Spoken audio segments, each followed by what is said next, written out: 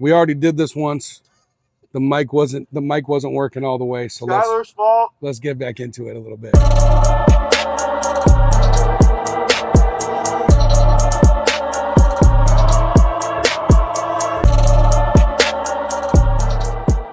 Born in a military family. Dad left right away, 3 years old, left a hole inside me. Mother remarried right away. Great provider, great husband, never too interested in a relationship with me. Put a roof over my head, my family's head. We just never really had a very one-on-one bond. You know what I'm saying? It's a normal story these days. So I'm not sitting over here thinking I'm alone. This is millions of people, you know what I'm saying, go through this. At least hundreds of thousands of young men have grown up, way worse than that. So this isn't a sob story. This is just my story. You know, when your dad's not around and then your mom moves on, you're moving all over the country, you move to other countries, you know what I'm saying, school to school, you kind of get a little lost. According to lots of paperwork, I had every diagnosis you could think of from therapists. I was ADD, ADHD, ODD, CD. They said that was the worst one, I guess. It's conduct disorder. I heard that if you had conduct disorder when you were a child, now they assume when you're an adult that you're a psychopath. Okay? That's what I heard. I hope that's not true. The school didn't know how to handle me all the way from when I was single digits as a child. I was just bad. Just bad. You know what I'm saying? Like, think of a bad kid, and I was worse than that kid. You know what I'm saying? Very lovable on some ends, but then you turn around and I'm doing some mischievous shit. It was pretty apparent from a young age that I was going to be a problem, and I was. So we ended up landing in a very small white farm-ish kind of German town, and they didn't have a fucking clue the shitstorm that just landed in Waterloo. I mean, I was like the worst kid they'd ever had at the school.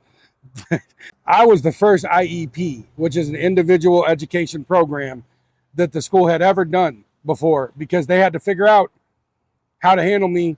The state mandates that they give me a proper education, but how? You know what I'm saying? How do you handle this child? So they tried to limit my exposure to other students and keep me literally trapped, closed into a cubicle in school. I wasn't allowed to change during the bell. I wasn't allowed even to show up to school until it already started. I wasn't allowed to leave school until all the other kids were gone. Zero social interaction was allowed on my behalf. I had to knock on the cubicle to go to the bathroom. I mean, they had a lot. I mean, it was prison at school. You know what I'm saying? Looking back, I don't blame the school. You know, you're doing things one way your whole life. This shitty kid shows up. How do you handle this kid? I don't know. Let's figure it out. I was the guinea pig. It's very traumatic to trap a kid into a cubicle and basically stamp them reject. You know what I'm saying? Wild child, problem child, whatever. That even if you're a kid and you think it's cool, I'm telling you, there's like a psychological effect on you where you almost embrace this thing that everybody is saying about you, and it kind of makes you not even be able to be good. You know what I'm saying? Like, that's who I am. That's my identity. Obviously, because I've been labeled that. Now the school decides they can't handle me, so they send me to the local behavior school. Kicked out of that right away. Then they started shipping me, first student ever, shipped from Illinois to St. Louis to the behavior schools in St. Louis. Got kicked out of those. So they don't know what to do with me. Fly me down to Texas to live with my dad. Me and him have almost zero relationship. His idea of correcting the behavior is to just beat the living shit out of me. That didn't work. No love lost with my dad. I would have beat the shit out of me too, probably. But that's what it was. And so, come back. They don't know what to do with me. My parents decide they're going to pay for me to go to Boys Town in Missouri, which is basically a place where kids end up if the state puts you there. They're just like, go there, get away from us. You know what I'm saying? You basically just introduced me to every gang member and every bad influence from here to Kansas City to Chicago. and gave me drug access, gang affiliation access, and a whole bunch of shitty friends, you know. So I get out of there, get locked up straight away. So juvenile detention centers, juvenile jails, juvenile prisons for years, getting transferred up to adult jails, then adult prisons, and then ultimately getting ordered to a prison boot camp, which was supposed to minimize your sentence if you had the strength to complete it. But like 2 weeks before I was supposed to graduate, I got in a physical altercation with one of the drill sergeants and harmed that drill sergeant and was sent to the county jail for 8 months to await trial. The judge ordered me to the military. If you believe that, they said you can either go to prison or you can find a military branch to accept you. I got accepted. I got injured in the boot camp, and I got dropped off back here in good old Southern Illinois.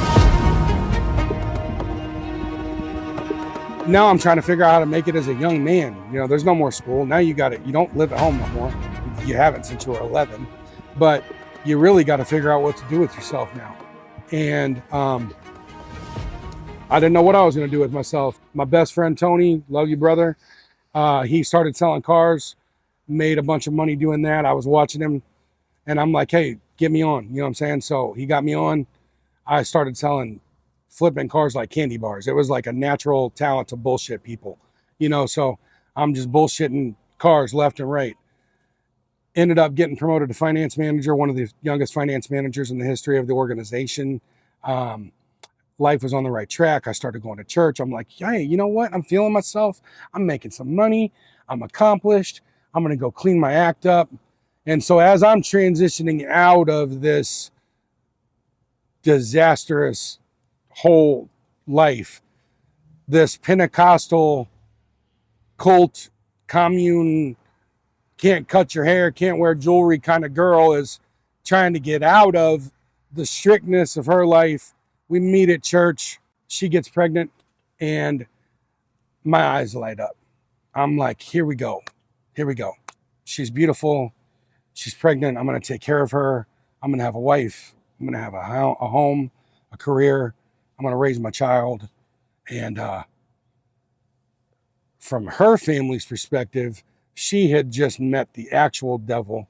You have taken my child's virginity. You've led her astray, and we will forbid her from ever speaking to you again. I definitely didn't get my way on that one. And that hurt me. Like, that really hurt me because I was ready to do things right for once. You know what I'm saying? I'm finally ready to do it right. And here comes the stamp. He's bad. He's bad. Don't let him be part of the baby's life. Don't talk to him. So I said, you know what? Fuck it. You want me to be a bad guy? No, I'm going to be a bad guy. And I went on a rampage of, I never had so many friends. Everywhere I went, I was knocking somebody out. I was banging somebody's daughter. I was selling some drugs. I was doing things I can't even talk about on camera for a long time. Like I wish I could shorten that span, but everybody loved me. You know, everybody felt like safe around me if you were on my good side. I'm at a bar one day and there's beautiful bartenders. I'm just like, man, I'm gonna get her number. By the end of the day, I'm gonna get her number. And next thing I know, some dude pulls up in a lifted blazer, walks in, strutting, walks over, kisses her on the face. They leave. They're on the way to leave. And I'm just like, damn, that guy's so cool, man. I'm like, hey, what do you do? He's like, I'm a tattoo artist. I'm like, oh, okay, let me get a tattoo. And he was like, come over. So I get into his kitchen and him and his girl start arguing and screaming at each other. And she's throwing shit while I'm getting my tattoo at the kitchen table. And he's like, I got to get the fuck out of here, man. I don't got nowhere to go. I'm like, you can come stay with me. You're the coolest person I've ever met in my life. Yes, just come live with me. You don't even have to pay any money. You can just give me tattoos. We'll be best friends. He moved in and his rent was just tattooing me. So I'm just getting all these shitty tattoos. And this is my best friend. We're partying every night, sleeping all day, tattooing all night. It's just ridiculous. Honestly, it was just ridiculous. But I was having fun. I'm not going to lie. Until one day, Sam didn't come home. And That was normal for like 48 hours sometimes. The weeks and months drug on. We were all looking for him. State police were looking for him. We had flyers up. We find him like a year later, murdered and chopped into pieces and left in a septic tank. You know, if there is a silver lining to losing one of my dearest friends and the person who got me into this work, Sam Francis Tick, God rest his soul, the silver lining was he had left all of his tattoo stuff at my house. Okay. And in the months that had followed, I had began picking it up, looking at it, studying it. Dinosaurs were walking around outside, but there was internet. That's how long ago this was. And I was on probably like version 1 of Google. You know what I'm saying? Like trying to type and search anything I could about how to set up a tattoo machine, how to do tattoos, whatever I could figure out. And people were coming to get these shitty tattoos from me, swearing that they were the best tattoos on earth. So I was feeling myself again. And when I shouldn't have been again, which I do a lot. You know, I'm always feeling myself when I shouldn't. But that's okay. You got to be your own biggest fan, right? So here I am. I think I'm the best tattoo artist in the world, and it's my second week. So that's why I'm naturally busy. You know what I'm saying? But I'm still learning. I'm trying to do, you know, cleaner lines, cleaner this, better that. And it's just a lot of work, you know, trying to get everything tuned and twitched and glitched and whatever you want to call it. And I developed an obsession with the craft of tattooing. You know what I mean? Like I always tell people there's tattoo artists, there's tattoo craftsmen, and some people are really good at art and some people are really good at tattooing. I was fairly good at art, very good at tattooing. So I always call myself a tattoo craftsman. The craft of tattooing I have obsessed over and studied and studied and studied and studied and studied. I decided that I was gonna try to open my own shop. I had worked in a couple shops in North City, Tattoo City, Acme Boulevard, Walnut Park, St. Louis. I don't even think I've seen a white person for like 2 years. Literally didn't even see one. If I did see one, I had 911 ready because I was the only white person allowed on Acme Boulevard in North City. You know what I'm saying? And they knew me. They didn't know my name. They just knew I was either Eric or Tattoo Man. And that's what I was. I'm like, okay, I'm from Waterloo. A lot of people I tattoo are from Waterloo, Monroe County, Columbia, Redbud, Waterloo, whatever. This whole little area. Hitting my phone all day and night. I'm just constantly busy working out of my house. You know what I'm saying? And I'm like, I got to get a shop. I can't be a house scratcher. I want to open a tattoo shop in the back of this pool store, in the back room of this dude's pool store, so I can be prestigious. You know what I'm saying? So I go to the city and I say, I know y'all don't want a tattoo shop. Probably. Or do you? But you don't, right? Okay, yeah, I didn't think so. All right, so I'm going to open this tattoo shop in the back of this pool store. No signs out front, no noise, no motorcycles. We'll close before 8 o'clock. You won't even know we're here. Can I get a yes? Okay. All right. I didn't think so. So I'm like, all right, I'm going to try again.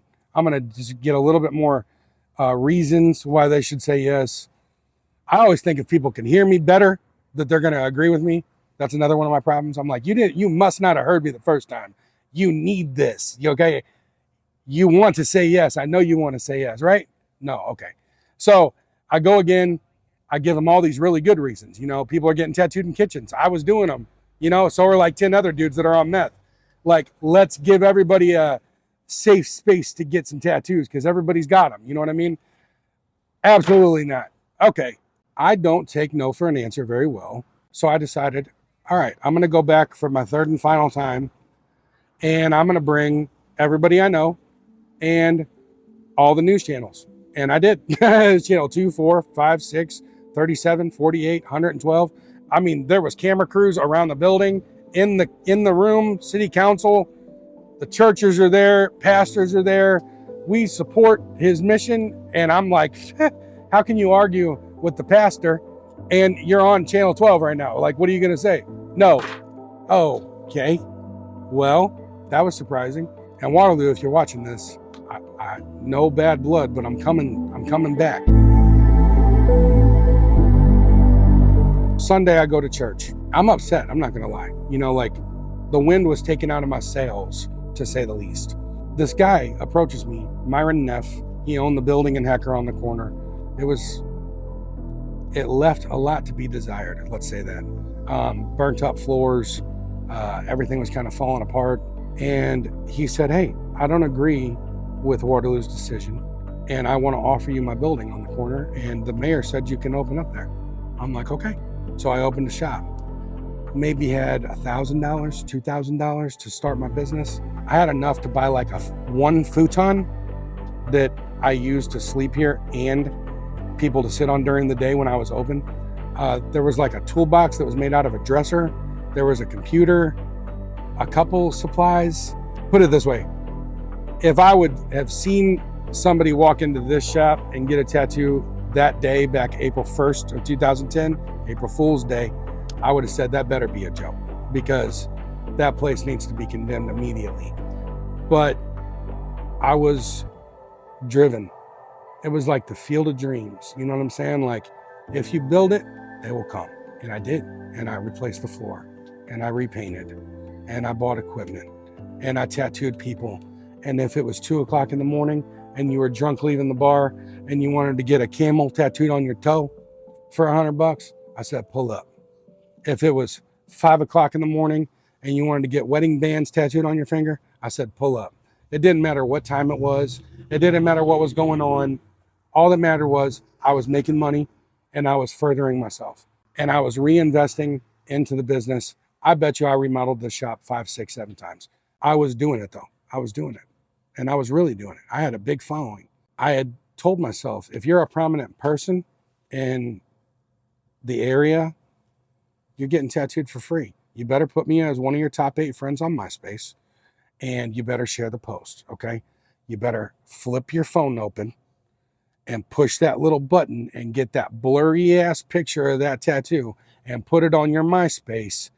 And if you do that, it's free, okay? I had a card at the time. I wish I could find it. I've actually asked the public before if anybody's got one, but it said, Eric Catalano, tattoos and tree trimming. If you need your trees trimmed or a tattoo, give me a call. If you have that card, I will pay you top dollar for that card. I was just trying to make it, man. You know, just trying to have a vision and do whatever it took to get there. Right after we opened, October came around. It was Breast Cancer Awareness Month. My grandmother died of cancer. Cancer's affected so many people in my life. Cancer's affected so many people in my friends' lives. And I had just watched it be such a huge cause. I mean, and I was like, I want to do something to give back. And I wanted to promote myself also. You know what I mean? So I'm like, here's what I'm going to do. I'm going to give away a handful of free breast cancer ribbon tattoos tomorrow. I went to bed. I put it on my social media. I went to bed. I woke up. I drove out to my shop. I said, free breast cancer ribbons tomorrow from 12 to 8. I get about 2 blocks from my shop and I notice there is a commotion. Like, there is a line of people around my building. And I'm like, is something on fire? Like, what is going on? I noticed that it's like over 100 people in line to get these free tattoos. I should have never used the F word, but I did. I think by the end of the week, we had done 1,000 of the tattoos. I had everybody that worked for me, people that didn't even work for me. There's a guy that works for me now, Terry. He started for me back then because he was just at my shop when this was all happening. And he's like, I've tattooed before. And I'm like, sit down, you're hired. He's been with me ever since. He's still here right now, almost 15 years later. Anyway, it got crazy. News crews showed up. It got wild. So after that, we were definitely on the map. And I was still busy just for my normal tattoos. So I never really had like a slow phase. It's just a lot of self-starting, a lot of self-marketing, marketing yourself, building yourself up. If you do that properly, you're never slow. You don't have slow seasons. Never said I'm the best, never will say I'm the best. I'm not the best. I'm very good at what I do, and that's all I care to be is better than I was yesterday. So if you keep that mindset, I think you'll always win in life. As fate may have it, you might want to call it fate. I believe in God. I believe that our paths are predestined for the most part. So as God may have it, a man walked into my shop and wanted to get his amputee finger tattooed with a fingernail as a joke.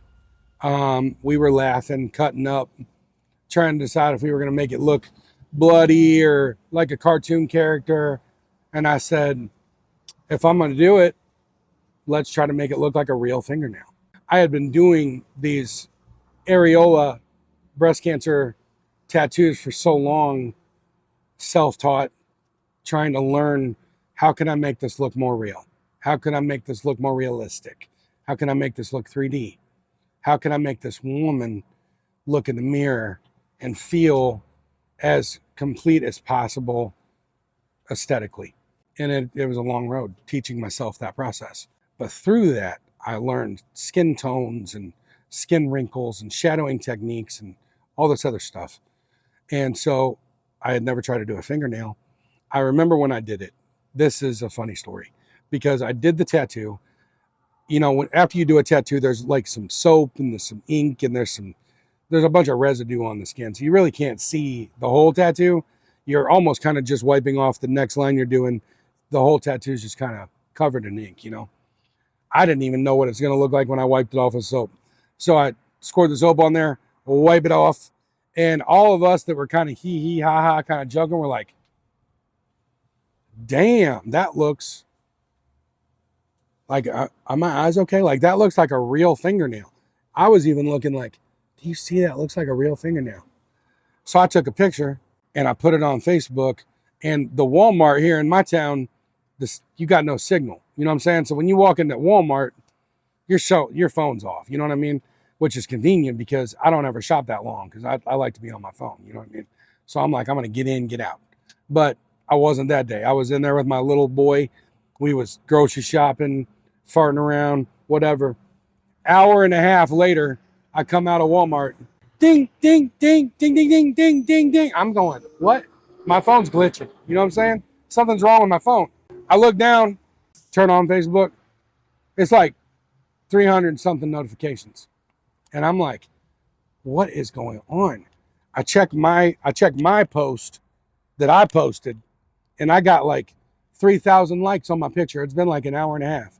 My boy John from the tattoo shop down the road, Screaming Demon, shout out to my homie, shared the picture and said, look what Eric just did. John is a shop owner down the road, gives everybody love, the ideal picture of what we should all be like. You know what I mean? Like friends with everybody, supports everybody, not in it to win it for himself, in it to win it for the community, you know? Shared my picture and said, look what Eric did. His post over the next week got up to, I think, like 14 million likes, maybe like 300,000 shares. I'm not going to lie. It was cool, but it was massively overwhelming. I mean, you're like, oh man, this is awesome. But then you're like, oh my God, everybody's looking at me. Everybody. I'm getting phone calls from the New York Times, the Chicago Tribune, what's the one in Europe? The BBC is calling me. People are calling me from Hong Kong and Tokyo. I'm like, I don't know. I don't know what you're saying. Bye. Emails just flooding in. Every news channel. Just, can we do an interview? Can we do an interview? I'm all of a sudden, I'm on the Kelly Clarkson show. I'm on the show, The Doctors, on some cable network. You want to know what the funniest one was, though? I was going to breakfast places, you know, like Cracker Barrel or Denny's or whatever, just trying to get some eggs and bacon with my kids. It was all these old people, okay? We just wanted to shake your hand. I'm like, how did Reader's Digest, bro? Okay, front page. I didn't even remember there was a Reader's Digest, okay? They must have just really loved the story because they put it right on the front. I couldn't walk past an old person without them saying, you're the guy, you know, and I'm like, oh man, you know, phone calls, emails, people showing up, calling the shop. Can we get in? Can I get in? Can I get in? Can I get in? I couldn't have enough time to do that. There's no way I could. You know what I'm saying? How could I? You know? So I decided I'm going to devote one day a week, as many as I can fit in, from open to close, Wellness Wednesday. Okay. Make an appointment. I had an assistant. She was fielding all of these emails, taking all these phone calls from me. Bless her soul, Brandy. She did this for like 2 years, responding, maybe 3 years even, responding to every email, calling every person. And she did this for like next to nothing, just kindness. You know what I'm saying? Very thankful for that. Wellness Wednesday kicked off and it's still going. This was 2019. What is this? 2025. It's still shop phone ringing 6 years later, still people booking Wellness Wednesday. Now it's to the point where all these different plastic surgeon offices have my card, my number, my pamphlet on their thing. So it's a monster of its own. Thank God for humanity. Even when I do this stuff for free, people are very generous. You know, like somebody started me a GoFundMe. That got me paid for a lot of my supplies. There was a lady in Chicago, she was a vascular surgeon, just gifted me a large sum of money, asking if she could cover the next couple hundred women that come in. And I said, by all means. She likes to remain anonymous, so I'm just gonna keep her that way, but you know you are, and you know how appreciated you are. This is where we are, man. You know what I mean? It's been a struggle. It's been a field of dreams. It's been if you build it, they will come. It's been teach yourself how to be a man. My shop is little. I got a unbelievable staff that is, some of these people have been with me since the day I opened, basically. I mean, Terry, Chelsea, they've been with me since day one. Jay's been with me for going on 10 years. You know, everybody has been here a long time. I'm very blessed in that aspect. Problem is, we are growing as a business without growing as a building. And so it has been a big struggle for me to branch out because I still am in this small area, and we are swamped with business, and everywhere I try to open a shop is fighting tooth and nail, or just flat out no. So I will give credit to Millstadt, Illinois. They turned me down twice. The third time I pleaded with them and made my case, and they listened and they approved me. But the space that I was going for was just monstrous. It was like half the size of Walmart. I didn't even know what to do with that much space. So I'm like, okay, that's a little bit too big. You know what I mean? I need to kind of chill, find a good, perfect little spot for me that's going to make sense, you know? And so I'm still looking, you know? I toss back and forth between building something. St. Louis is saturated. North of me is saturated. South of me is just kind of sparse. So it's just a lot. Right now I'm just in the planning phase of what I'm gonna do next. You know, we're out of room, but we are a little shop with a big name. Tattooing saved my life, as weird as that sounds, because it gave me an identity. It gave me something. When you have a busy mind and any kind of like ADD or whatever, a lot of these kids these days, they have ADD, but their mind is just busy, man.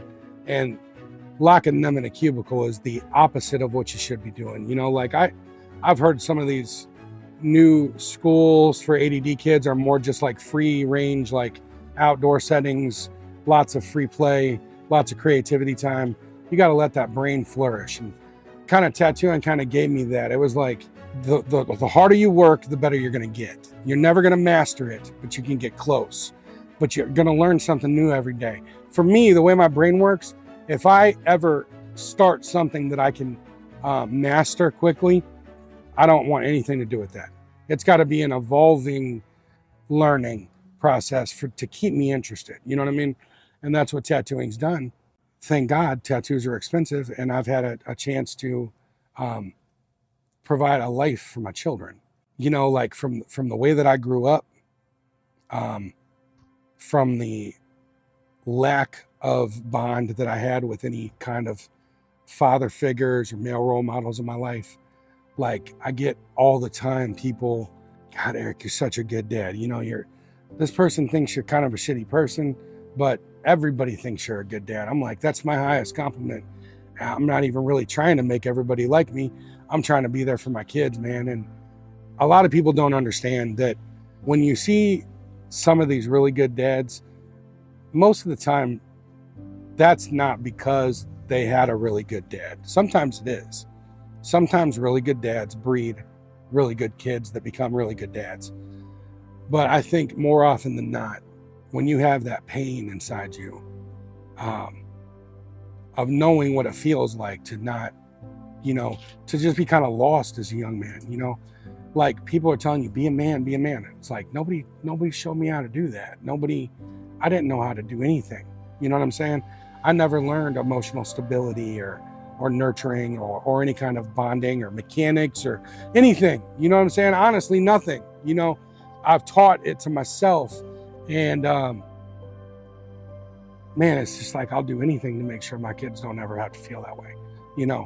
We all make mistakes. I look back on my parenting and it's like, there's so many things that I would have done different. But at the end of the day, the love that I have for my children and my heart is so set on trying to make sure that they don't ever feel unloved, you know what I'm saying, or uncared about.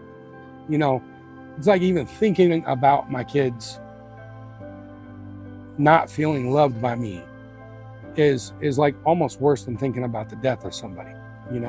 I can't imagine making them feel that way. I've noticed that sometimes that makes me harder on my kids because I'm like, I refuse to let you go down the same roads I went down. I refuse. I will stand in your way. I will grab you. I will fight you to make sure that you don't go down the same roads that I went down. And I'm also going to try to accomplish that with love. Like, I want you to know you are important. Even my 15-year-old now, he's learning how to become a man, and he's worried about how his hair is laid, and he's worried about all kinds of stuff naturally. He's 15. But I literally take him and I say, listen to me. People are going to come in and out of your life all the time, okay? And the people that stay in your life are going to be the ones that love you just the way that you are, okay? Just the way that you are. You couldn't have a bad haircut. You couldn't have a bad smile. No matter what you're labeled, you can recreate yourself the minute your mind chooses to do so, okay? Don't ever let anybody label you. You know your own heart. You know what your capabilities are. You know what your passions are. You know your strengths. You know your weaknesses.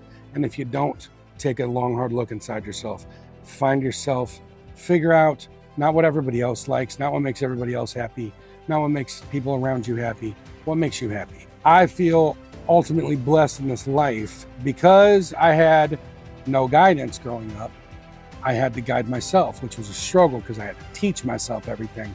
But it was a blessing because I also got to create myself. Inadvertently, I have ended up with this very, very blessed life because I was forced to create myself and find myself. I wish it wouldn't have taken what it took. I wish I wouldn't have had to go through everything I had to go through. And I really wish I didn't have to come from such a painful life to get to now. But in the end, I latched on to art, riding my motorcycle, scuba diving, okay? And each one of these things, okay, so these are the 4 things that I feel like I care the most about. My children, art, motorcycles, and scuba diving. I know that I am a very good father, and I give myself that credit now. I know that I'm a very good scuba diver because I have worked all the way up to a master instructor. Unfortunately, in the motorcycle world, I managed to work myself up to the national enforcer of a 1% motorcycle club, okay? And in the tattoo industry, I have managed to work myself up from a scratcher in a kitchen to a multi award-winning, nationally world-renowned paramedical, medical tattooer. Each category of my life that I've honed in on, I have risen to the top, and I have found a way to climb as high as you can go. And so if I was forced into a college or forced or pressured into a career that wasn't one of my passions, who knows where I would have ended up. Find what you love, obsess over it,